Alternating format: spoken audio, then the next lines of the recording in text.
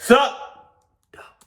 Fair warning, the ending to this story is very abrupt and very upsetting. But before we get into today's story, if you're a fan of the strange, dark, and mysterious delivered in story format, then you've come to the right place because that's all we do, and we upload once or twice every week. So if that's of interest to you, please offer to curl the like button's hair for their wedding, but then repeatedly touch the top of their ear with the curling iron. Also, please subscribe to our channel and turn on all notifications so you don't miss any of our weekly uploads. All right, let's get into today's story.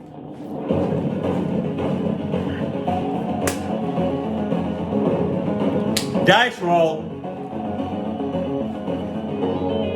Stop.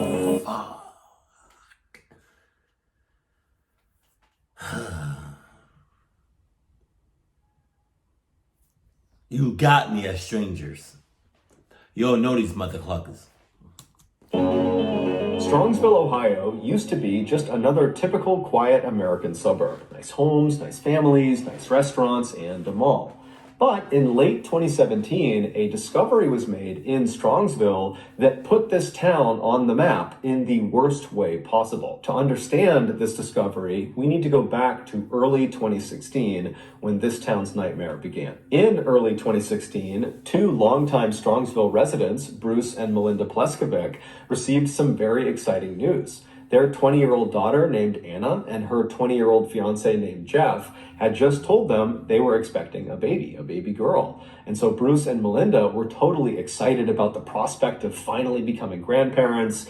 But at the same time, they knew Anna and Jeff did not have very much money. Anna still lived at home with Bruce and Melinda. She did have a job, but she made very little money. She was a waitress at a local Applebee's restaurant. And as for Jeff, he had a better job working as a service technician for a... What's her name? Anna? She should go to Cheesecake Factory. Tips be out the ass. Heating and air company, but he didn't have enough money to support him and Anna.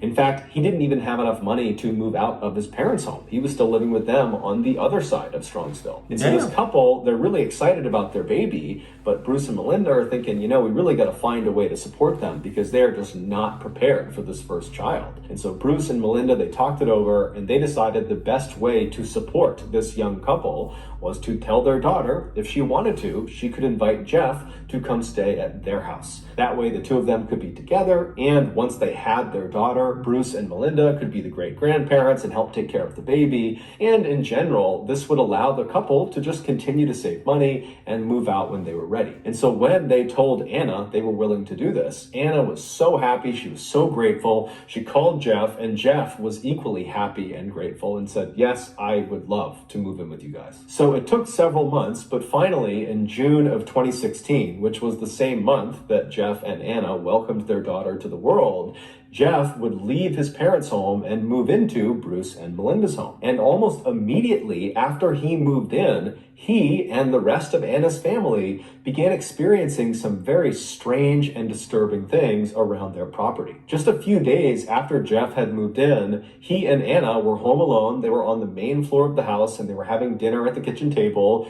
And at some point, Jeff just happened to glance out one of the back windows that looked out into their backyard. And now this property had this huge sprawling backyard. Basically, God damn! That looks like...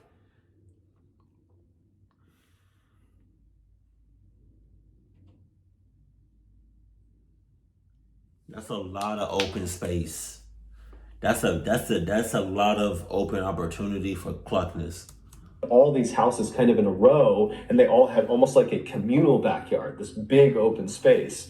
And so Jeff is looking out into this huge backyard, and he sees off in the distance something strange. He doesn't really know what he's looking at because it's nighttime, it's dark, but he stands up and he walks over to the window, and as he's looking out, he sees way off on the backside of their property are these four strangers just standing there appearing to be smoking. Awesome. Is it Us? With the doppelgangers? What's that movie called?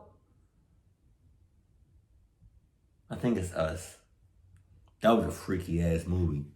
That's the vibe I'm getting though. something, and they're just kind of looking up at the Pleskovic house. And so Jeff is looking out the window at these four, not really sure what to make of them, and he calls Anna over, and so Anna walks over, and the two of them are looking out, not really sure what to do. I mean, on the one hand, these four people, who they clearly didn't know, or they believed they didn't know, were definitely trespassing. But at the same time, they weren't really doing anything. They were just kind of standing there smoking. But as they're watching these four people, one of them begins walking up the property towards their home. And see, because you're doing too much. You're doing too much. Y'all could have either hauled ass, called the police, or hauled ass, or hauled ass, or hauled ass, or hauled ass, or hauled ass.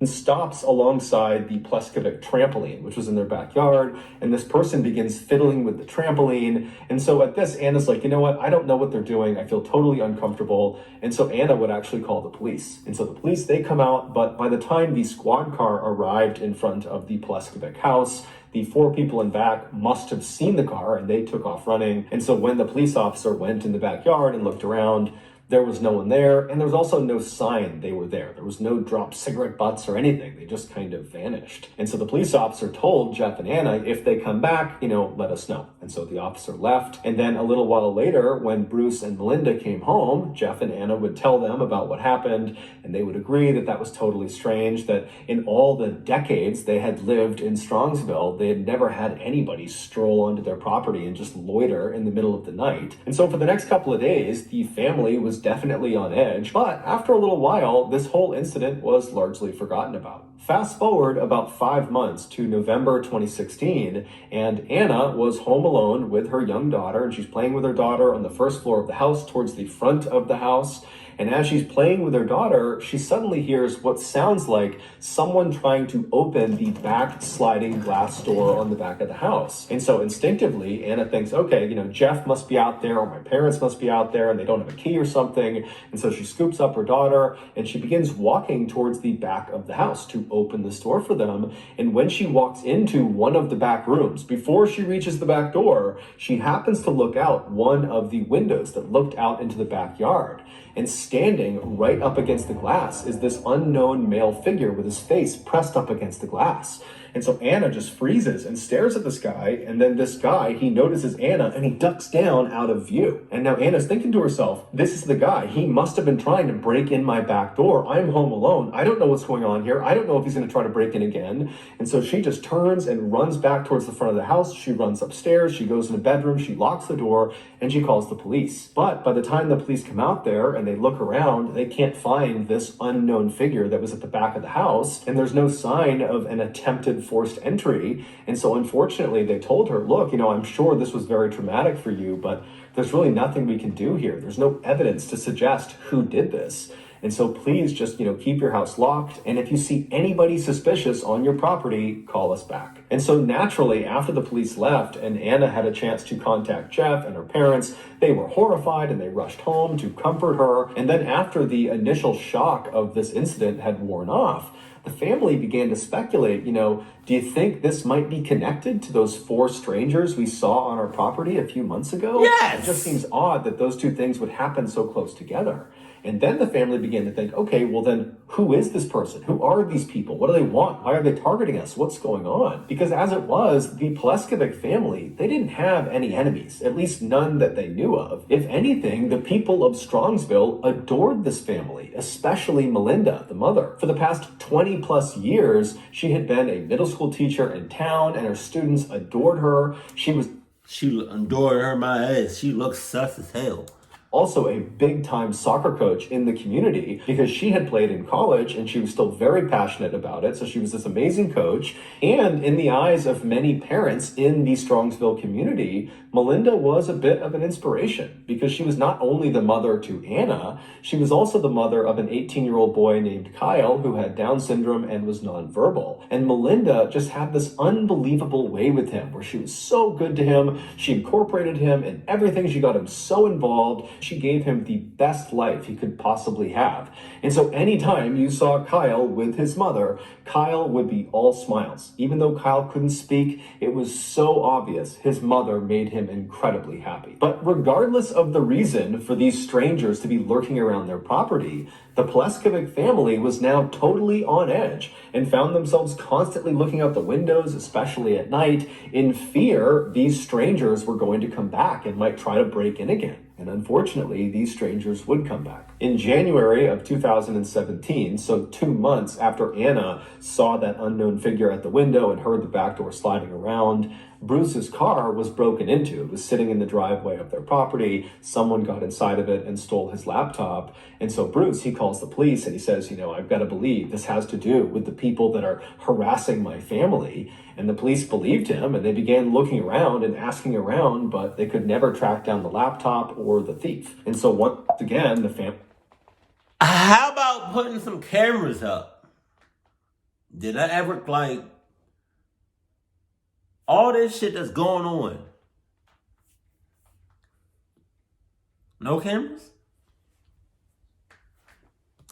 He was kind of left on their own. And the police said, look, if you see anything else, let us know. But there's not much we can do here. A few months later, in July of that year, Anna, Jeff, and their daughter were all home together one night when Anna happened to look out one of the back windows on their first floor, and out on the very back of the property were 3 strangers just standing in that same spot where they saw those 4 strangers smoking the year before. And these 3 strangers are just standing there looking up at the house. And so horrified, Anna calls out to Jeff and says, look, there are 3 people in the back of our property. And so Anna, she pulls out her phone and she's calling the police. And as she's calling the police, Jeff, who's totally upset that there are these people harassing him and his family and making them feel unsafe, he just grabs a flashlight and storms out the back door to go confront these people. But as soon as Jeff went out the back door, before he could even shine the light on them, the 3 people had turned and ran and vanished. And so finally, when the police did show up, they were aware of all the calls they had gotten from this family.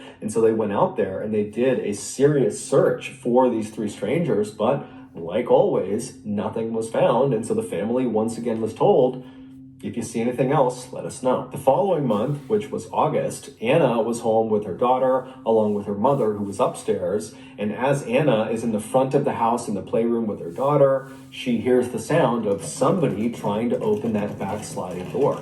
And now immediately her radar is up because she knows what happened the last time she heard the sound. There was that person in the window. But she's thinking, okay, I can't just immediately call the police. I need to at least look and see if there's someone that I know at the back door. And so she scoops her daughter up, she stands up, and she walks around to the edge of the room she's in, and she kind of peeks her head down this hallway that will give her a clear view of this backsliding glass door. And once she finally has a full view of whoever is there, she screams, because there are 2 large adults, as she would say, standing at the back door trying to force open this door. And so when she screams, these 2 strangers, they hear it, they turn around and they run. And Melinda, she was upstairs, she hears her daughter screaming, she comes flying downstairs, she's trying to figure out what's going on. Anna is hysterical, the baby's crying, and so Melinda actually calls the police about what her daughter has just seen. The police come out, they search the property, they can't find anyone, and so again, the police leave and they... Man, if I was the police, I would have been like, all right, what we doing? Stop, just stop. Just because it seems like there's something paranormal going on, and I'm not with that shit at all. Like, I understand, as a police officer, that I'm supposed to protect and serve, but not today or any other, not deal with no paranormal shit. You got all of that. You got all that shit, and there's some. Cause I'm not with it. It really seems like some paranormal shit going on.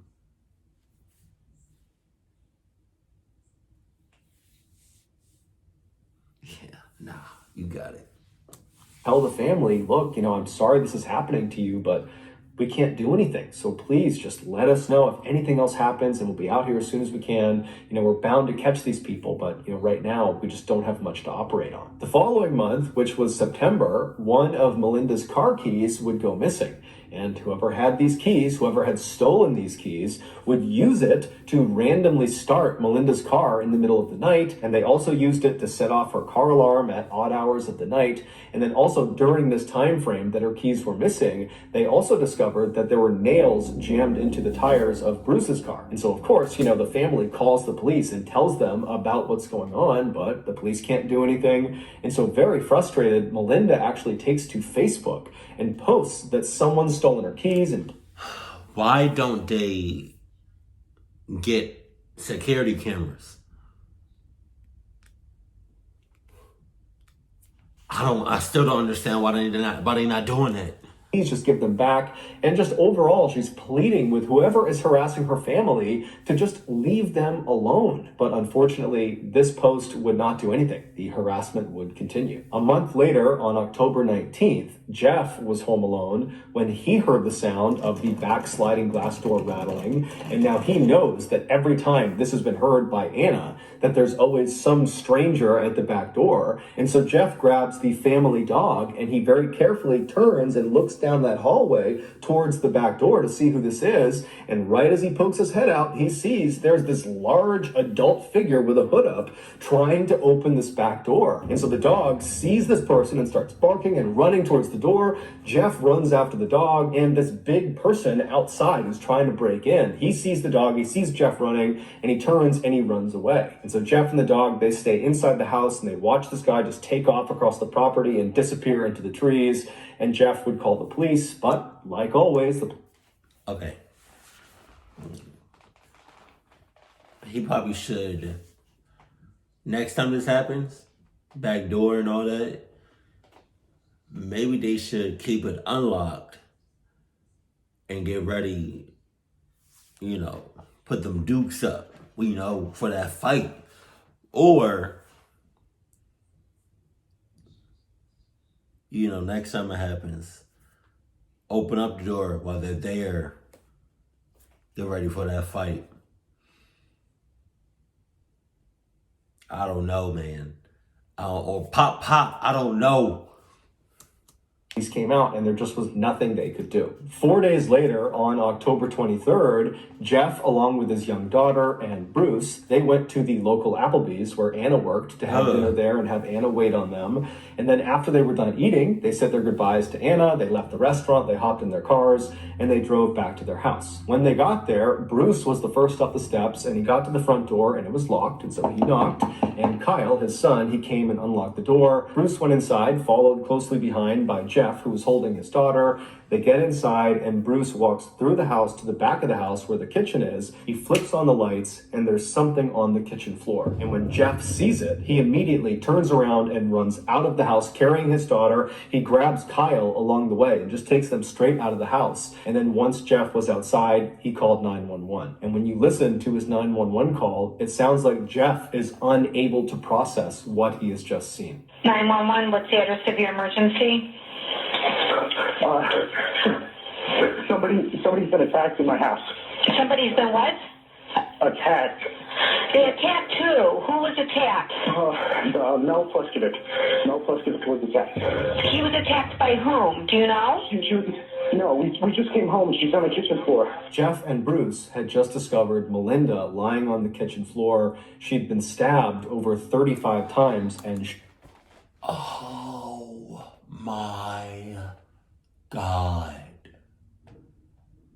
Me and baby girl were watching Criminal Minds, right? On Netflix. I don't understand. I understand, like, maybe 2 stabs. Just go. You really just need 1 stab to the heart or to the neck or to the maybe 2 times. I don't know, but 35 times.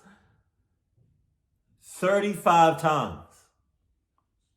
Not 1, not 2, not 3, not 4, not 5. 35 times. Like, what's the reason? You're crazy. You're a psychopath. shot 3 times. She would be rushed to the hospital, but she would die that night. Although the family was in shock and couldn't even begin to process what had just happened, they were all acutely aware that whoever had done this to Melinda had to be connected to all of these strange and suspicious people that had been lurking around their property for the better part of 2 years. In fact, literally after Jeff had called 911, Bruce was inside in the kitchen kneeling next to his dying wife, and he called 911 and he would tell the dispatcher that the Strongsville Police Department really dropped the ball. 911, what city is the emergency in? Please come to 1 for Blazing Star. I think my wife's dead. We've had people breaking into our fucking house, Sir. and now someone killed her. Sir, tell me the city you need to talk to. Strongsville, Ohio. Okay, you need to be transferred. Don't hang up. Transfer. 911, what's the city of your emergency? Strongsville, Ohio. We have people on the way already. What's the address? For Blazing Star. I think someone killed my wife. Do you think someone killed your wife? Yeah, it looks like Okay, she has stab wounds on her back. We've had people trying to break into our house all year. Sir, I need to ask you questions, okay? Are you there right now? I just got in the door with my new son-in-law. My son Kyle is here Okay, with us. sir, what I want you to do is walk outside. The Strongsville Police Department would come out in force for this case, and they would solve it in just 4 days. And when they went public with who killed Melinda, no one could believe it. Back on October 23rd, so this was the night Melinda was discovered, Jeff, along with his... Okay. I'm looking at the picture. It has to be one of these people.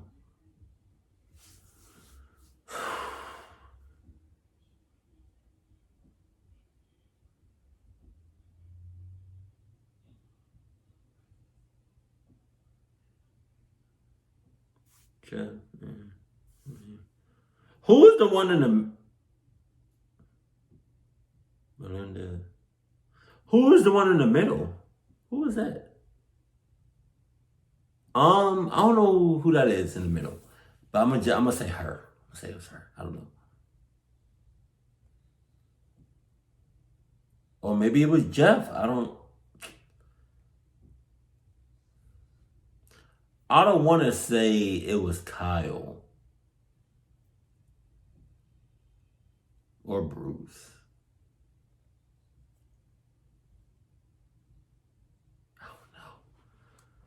Daughter and Melinda and her son Kyle, they were all together in the house, and at some point Jeff had put his daughter down in her playpen and then went into the kitchen where Melinda was, and he walked up to her, pulled out a knife, and stabbed her over 35 times. And then when Melinda fell to the ground, Jeff drew a gun and shot her 3 additional times to make sure she was dead. Now, while he was doing this, his daughter is literally just a few feet away, and Kyle, presumably, is also right nearby, but he has no way of understanding what's happening to his mother. And so with these 2 totally innocent lives just right nearby, Jeff would clean off his weapons, and he'd take off his bloody clothes, and he would hide them inside of his car, and then he would just scoop up his daughter, and he would leave the house, leaving Kyle alone in the house with his dying mother in the kitchen, just leaves him there, shuts the door, locks it, and then Jeff and his daughter would drive to Applebee's to have dinner with Melinda's husband and her daughter. And then after several hours, when they got back to the property, Jeff knew what was waiting for them inside, and he still allowed Bruce to go inside first and discover his dying wife on the kitchen floor. Very little is known about what... That's crazy as fuck. Jeff is definitely the type of person to steal your phone and to help you look for it. Why Jeff did this, because Jeff has actually never come out and given his motive for the crime. The running theory is that Jeff actually was not going to be able to pay for the wedding, which was coming up in a couple of days, and the wedding venue had actually contacted Melinda and said, hey, we're canceling the wedding because your future son-in-law can't pay for it. And so Melinda apparently confronted Jeff about his financial troubles, and the theory is he snapped and killed her.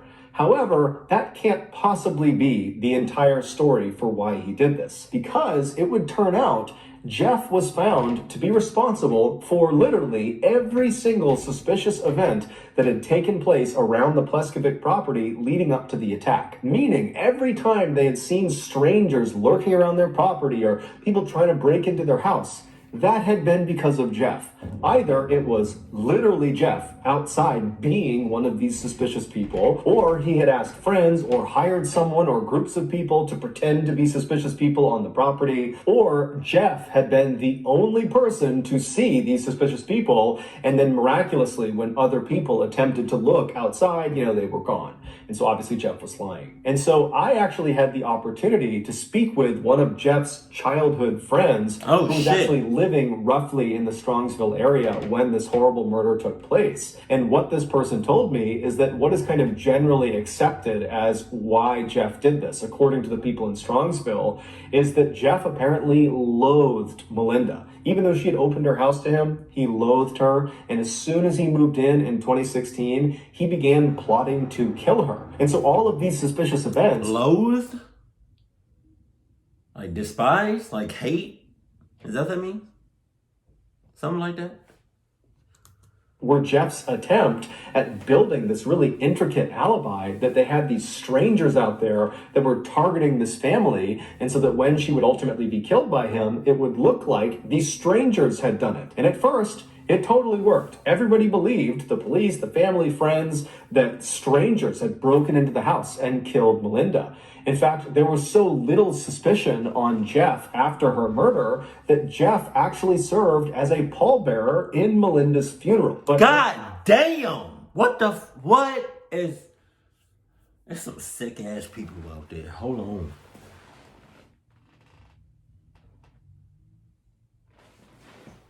Hey, Buggy Bug. How you doing?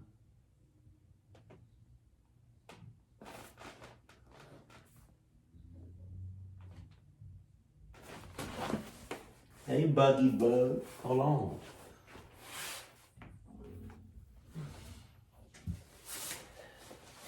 Adidas on deck. Club you talking about?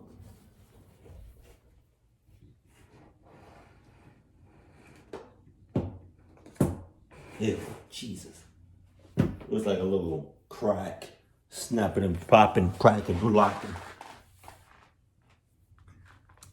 the police would discover the knife and some bloody clothes in the back of Jeff's car, and so they would arrest him and they would present this mountain of evidence against him, and Jeff would confess to killing Melinda. However, he wouldn't give any additional information about the crime. He would just basically say, yes, I did kill her. He would also never give an apology or explanation to the family. He would ultimately be sentenced to life in prison with the opportunity for parole after 33 years. During Jeff's trial, there was this totally heartbreaking moment when Bruce, Melinda's husband, spoke. And he would say their son, Kyle, does not understand that his mother is gone. And so now, every time they go out to eat, which is something Kyle really likes to do, and he used to love doing with his mother, he'll just sit and stare out the window, eagerly expecting his mother to show up and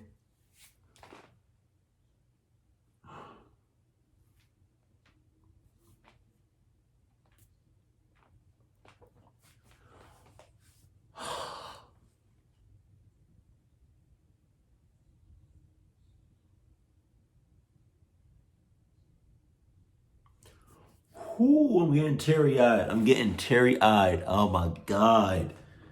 Oh my God, my eyes. Jesus.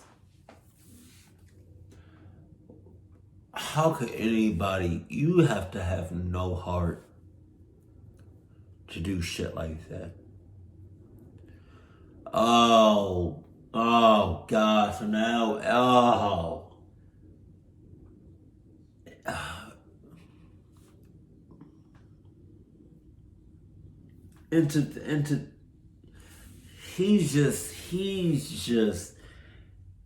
he's waiting on someone that's never gonna come again. Oh my God, that's painful.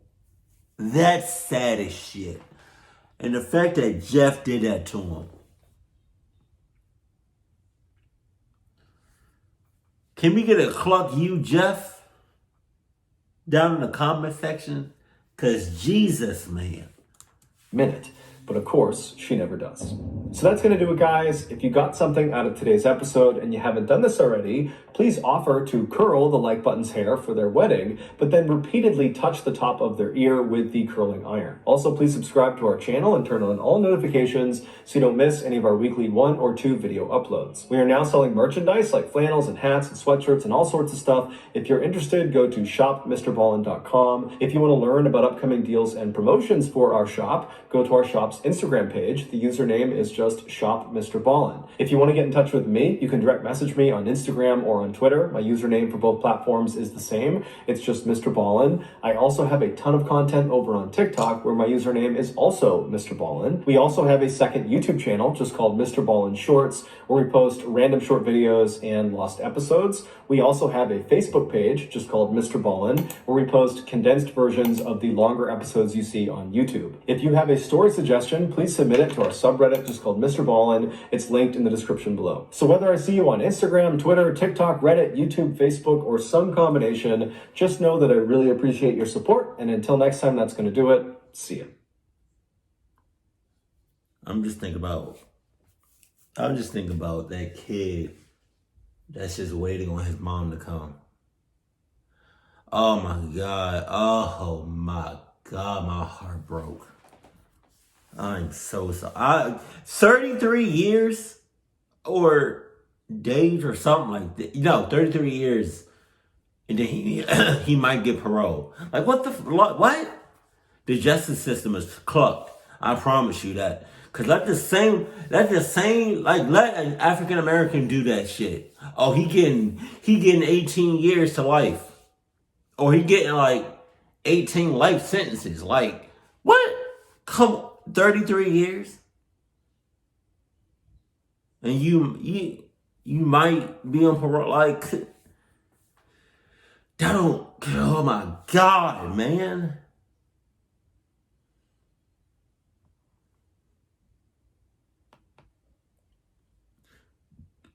It was already bad enough that he shot and stabbed someone. But to stab someone 35 times is ridiculous. Come on. Damn. Keep it cool, keep it classy, and I love you. Stay happy. My family.